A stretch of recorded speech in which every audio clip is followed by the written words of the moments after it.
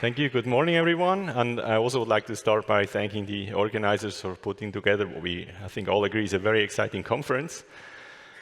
So what I'm going to talk about you today is a scanning probe technique we've been working on for roughly 15 years. And also to give you an outline is we are more on a group that works a lot on instrumentation, so our approach is slightly different, that we really try to improve methodology, and we often pick samples for proof of concept purposes, and they can also be very diverse, rather than choosing a sample and finding out about one specific sample with many techniques. So just to give one example, and this connects very well to the first talk of the session, what you see here is an image of bismuth ferrite. And what we worked on in the past here is to speed up our data taking. So initially this took us 3 to 4 weeks, so this is a very slow technique. And by now we've been able to scale this down to 1 or 2 hours. What I would like to talk to you about today is how we teach a magnetometer to also try and image electric fields with a perspective of imaging ferroic materials or multiferroics. Before I start, I would like to mention a few people. So most images you're going to see are by William Huxter and by Sebastian Guerrero, who's here in the audience. And also would like to mention a collaboration with material scientists that introduced us to the field of ferroics. First of all, Morgan Trussin and the group of Manfred Fiebig. So let me show the concept on one slide, and this has already been introduced on Tuesday and a little at the beginning today, and I think there will be further talks in the afternoon. What we call it the so-called scanning NV microscope, but the overall idea is very general. So the idea is that you take a scanning probe in non-contact mode and you attach any kind of magnetic sensor to the tip, or even electric field sensor. And then you scan over a surface of a material of interest in a certain distance, and record the magnetic field in this case. And then you try from the magnetic stray field that you measure to backtrack what the magnetization or the behavior of the surface is. So the upside, this is very general. So you can image magnetic fields from spins, from magnetic materials, from currents. The downside is this backtracking is sometimes not very easy. So even if you know the magnetic stray field above the surface, it's sometimes not very clear what the magnetization pattern is. There is one number here, which is 50 nanometers, which is a typical standoff distance in our case, and this is an important number because it sets the spatial resolution. So what we use in our case is a sensor which consists of one single atom, so it's an impurity in diamond, which is magnetic, and the advantage with this spin is that it can be read out using optics and microwaves. So what's not shown here, but we use specifically for this technique, is a laser to induce fluorescence, and then we analyze the fluorescence intensity while also using microwaves to track the resonance of that spin. And tracking that resonance is what gives you the magnetic field value and then allows you to build up an image. So here's an outline. Considering our host, I'm sure you're all very excited about instrumentation and technology, so I'm including a few slides on how this instrument is constructed and built up, also with the idea of, to give you a bit of an idea of what the downsides and the upsides are. And the second part will be a work towards electrometry of ferroic materials. So the most challenging part is to make this diamond tip with one atom at the end and then be able to position this above the surface. So this has gone over many iterations, and what we use nowadays is that we purchase a synthetic diamond. So this is a single crystalline plates that we make into very thin down to a very small thickness. These are very pure, so usually there are unmeasurable amounts of impurities in them. So to introduce this nitrogen vacancy, so it's a double defect consisting of a nitrogen impurity next to a vacancy, we implant them with low energy nitrogen ions, which puts the nitrogen there, but it also creates vacancies through lattice damage that through annealing can then form this specific defect. By tuning the energy, we can make the stopping at only a few nanometers below the surface, which then sets the distance of the atom to the tip of the diamond. Then you do a number of steps of lithography, which then creates these breakout pads, as we call them, and you see a white dot at the end, which is a tip, which contains sometimes 0, sometimes 1, sometimes several NV centers. And you get many of those, and then you can pick out the ones which have a single NV centers that you can use for magnetic analysis. In the next step, and this is a handcraft step, you attach this to a larger structure because you have to bridge from the nano to the macro scale. So you see a diamond tip here, which supposedly has one NV center, and then the diamond itself, it's one structure attached to a silicon handle piece. You can verify that there is a single NV center there by doing photoluminescence. So you see here two images top down. The first one is an SEM, and the lower one is a fluorescence image. And in the upper one, you don't see the tip because you don't see it on the other side. And in the lower one, you see this bright spot in the center, which is the light of the NV traveling through the diamond out on the back side. And then you can collect this with an objective. To do the scanning, you can attach this to a tuning fork, so a quartz tuning fork that's quite common in AFM microscopy. This is simply you get a force feedback. So you want to approach the surface and safely navigate at a certain distance. So we do this in two varieties. This is the standard one. We also have some which have an integrated microwave antenna, which then at the same time supply the microwaves, such that you don't need an extra piece of equipment. The final chip looks like this. So what you see in gold is a Swiss 5-cent coin. It's not really gold, so the gold pad on the chip is gold, but it gives you an idea of the size of the sensor. And the diamond tip is located at this position. Finally, we build this in this microscope. So most of our microscopes are home-built. This is what we call our second generation. So you see an objective coming in from the top. You see a sample platform underneath, and this can be 3D scanned. And then you have two arms, one from the right, which holds this chip with the sensor itself. And then from the left side, there is another arm, which has a bond wire. In this case, it's an off-board microwave antenna. So this is our second generation. The third one is now moved into by tech transfer to our spin-off company, QSaber, who also took the image you saw on the very first slide. And I was recently learning that this is a room temperature instrument. There is a cooperation between Attacube and QSaber to also offer this at low temperature, but for this I would, I guess, direct you to Mirko. Okay, so let me summarize this first part by showing a few images and then also tell you how we can move this towards electric fields. So we've applied this to many types of magnetic systems. Those are true magnetic systems starting from multiferroics to antiferromagnets and magnetic racetracks. And I'm also showing this as a poster preview because Zurich is very close to here, so many of our students are here and we'll have posters in the afternoon. So we have Sebastian and Annika showing you some work on the multiferroics, Nicolas on the racetracks. We've also applied the technique to normally non-magnetic samples. So we've looked at currents, for example, in graphene, and this is our only experiments on 2D materials. All the rest are films or bulks, where we can see hydrodynamic flow, and also on superconductors and magnetic susceptibility. Again, here we also have posters by Chao, by Kuno, and by Uroš. Okay, so let me now move on to the main part, or the second part of this talk, which is how we can try and move this magnetometer to detect electric fields. And I think the intent is very clear. We could do the same analysis that we can do for antiferromagnets, for example, also on ferroics, and in the next step try to do in situ a measurement of magnetic field and electric field at the same time to get a correlative image of magnetic and electrical order. So to tell you how this works, I'm going to use 2 slides giving you the physics on how you can make a spin sensitive to electric fields and some of the challenges before moving on to a few examples. So the first question is, how can you have a magnetic spin actually picking up electrical signals? And for this, you need to look a little bit closer in this specific defect of the NV center in diamonds. So what you see here is a zoom into the lattice of diamond, which are the black dots. And then the NV center is shown by a blue nitrogen atom in top, and then below there is the vacancy. And what's shown in orange, this is the wave function of the negatively charged defect. So this is an electronic defect that looks like an atom in a solid, but it has a certain spatial shape.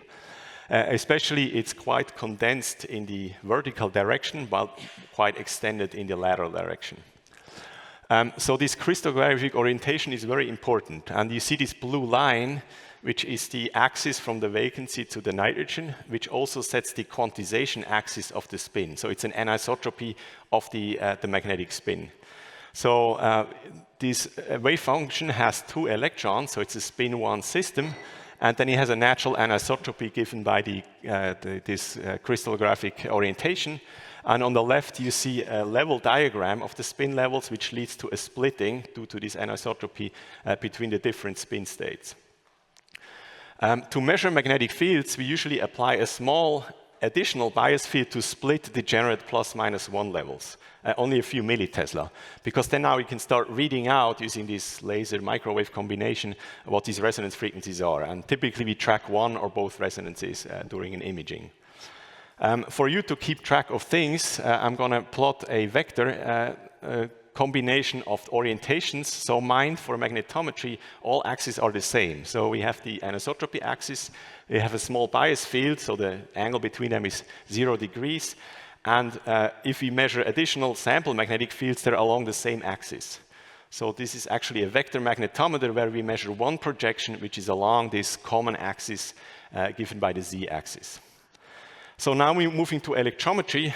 Things get a bit slightly different. So first of all, you can ask yourself, how can electric fields change this picture?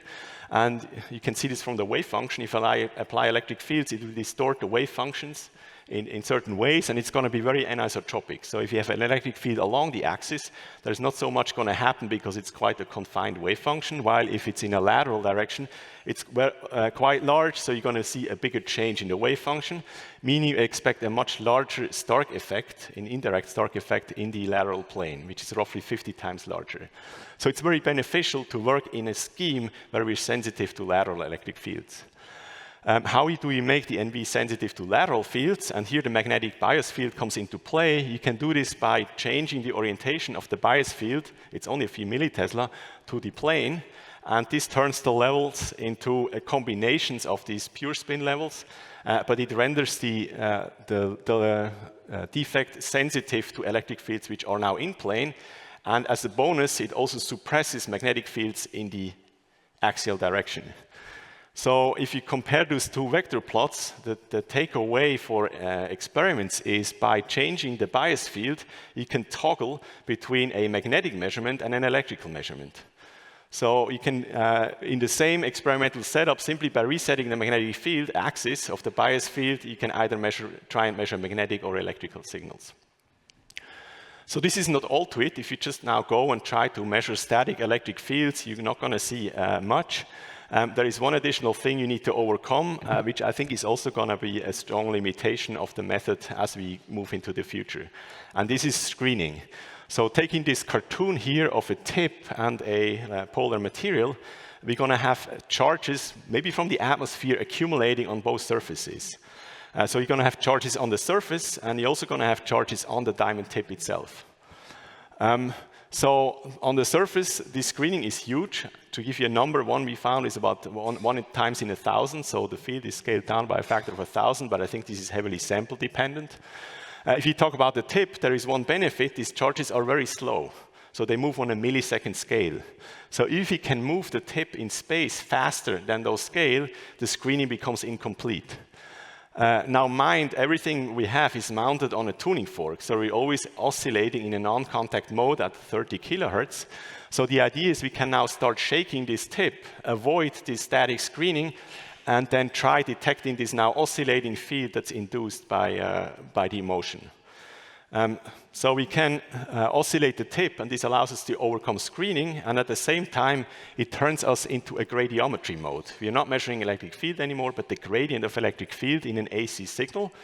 And I'm not going to go into the detail here, but doing AC measurements in these quantum schemes are very beneficial because you can use coherent methods like spin echo, which are way more sensitive. So you get a boost also in sensitivity. All right, so enough for all the basics. Now I'm going to move to some images. And what we used as a first test sample is a material called lead zirconium titanate that is well known to everyone because it's the material of choice in piezo motors or nano positioners of Attacube. And one thing you can do, you can write polar patterns in the surface to create exactly this up-down polarity. If you develop a new technique, you always need a benchmark, and for us this is piezo force microscopy, which is the image shown on the left. So now this is the first magnetometry image, and you see the angle on top. This is the magnetometry mode, and we just confirm we see no signal, meaning there is no magnetic signal of the sample. We can now turn this angle from 30 towards 90 degrees, and I'm only going to show you the 85 degree where you see a pattern appearing, and another one at 90 degrees where you have now a nice correlation between the two images. So this proves we can pick up the electrical signal. Just to illustrate this screening, if you do the same without this gradiometry, just at DC, you just see nothing. So this really proves you have to be in this mobile mode to avoid the screening part on the tip itself. So being at this point, we can move on and explore a few more features. So we can take another pattern here and start analyzing the inner square. And in this case, we try to quantitatively reconstruct the electric field vector, which turned out that it is possible by using all the different vector combinations. So we get a field of the 3D electric field vector, and we can turn this in a surface dipole density, again, compared to PFM. Another nice feature is that we can start exploring different configurations of how we think the charges are organized. So for this, we take a line cut. So you see the cartoon at the bottom with up, down, up, which is the polarity of the pattern. And then you see a line scan on top. So in red are the data points, and in gray, this is a fit. And now we can come up with different charge models and see what they predict these line scans should look like. So this is candidate model 1, where you have a dipolar orientation with charges at the top, top and bottom. You could say all the charges at the bottom are eaten away by the electrodes, so there are not going to be charges there. You could also assume that there are charges accumulating on the top and partially compensating the top layer, or then the D is a combination of B and C. So now if you look at all of those, you can make up your mind which one it is. So it allows us to pinpoint. In this case, it must be A. So this is the combination of charges we see. So the benefit we see here is that we can determine within limits what the basic charge model is that exists in this ferroelectric. So let me conclude with an outlook on other materials. This is our test sample. We looked at a few of them, but the one I'm going to show you are hexagonal manganites. We do this in part because we have this collaboration with a group of Manfred Fiebig, who has studied this material for many years, and also because it has a very cool domain patterns that allow you to look at many different features. So this image scan took very long. These signals are small. This is several weeks. But if you look at it, stare at it for long enough, you see there are dark and white patterns, like here or there. I don't know how visible this is from your side. And you see the bright spots. And eventually, you can go and try compare this to PFM. So here's a PFM image. And now if you look for a while, you see that some patterns repeat. There is this fish-like structure here, which is, you're going to see it better, somewhere at the bottom. But you also some features which don't agree. So this shows you the different image quality you can get with the two techniques. Namely, all the bright spots are usually charged puddles, what we believe, which are not present in the PFM. But then the PFM has topographic crosstalks at time, which is not visible in the electrometry image. We've now moved on in trying to cool this sample down to about 10 Kelvin, where there is a transition from a purely ferroelectric to also an antiferromagnetic multiferroic order. But I think in the interest of time, I'm going to just jump over those. So where you see the magnetic domain from both the erbium, in this case, and the manganese atoms. So with this, I would like to come to the conclusions. So the idea was in the first part to give you an idea of these efforts we do in pushing technology towards different modalities, and the second part, the perspective on electrometry. I would like to thank my group and also our collaborators, and I'm looking forward to take your questions.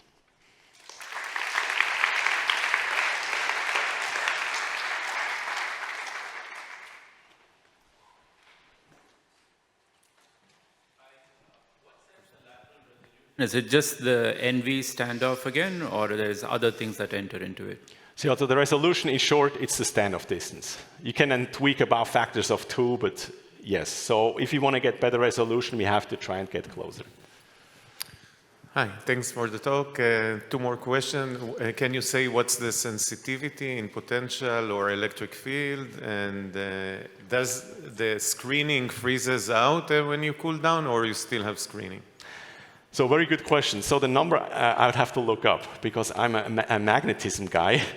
So I'm well versed in nanotesla, but not in volts per meter. But there is one thing which I think is very important to keep in mind. So we measure an electric field, but because of the screening, even if there may be a large polarization, which we're not measuring, the field that arrives at the NV center can be very small. So although we have a quantitative measurement of electric field, the actual relation onto what's the minimum polarization we can measure is not quantitative at all. But I can look up the number for you. Yeah. There was a second question about... Screening does freeze out? Yeah, so we haven't tested the electrometry at low temperature yet. Hopefully I can tell you in a couple of months. Thank you very much for the nice talk here. So how about the scanning time? Did you compare the scanning time with the PFM with other techniques? Not directly, but I can give you ideas. So if you're sensitivity limited, which is a case in this electrometry image, 1 pixel can take several seconds. I give a number 10 seconds, and then you can make the math what that means for a large image. So I think the large image I showed you was 4 weeks. If you have strongly magnetic signals, then you're limited by how fast you can analyze your data, essentially. And there we get up to rates of 100 or 1,000 pixels per second, and then you're at the same level of a typical AFM scan. So it really depends on how strong the signal is from your sample. Right. For the image you show, how long does it take? So this image, Yes. this took, I think, 4 weeks.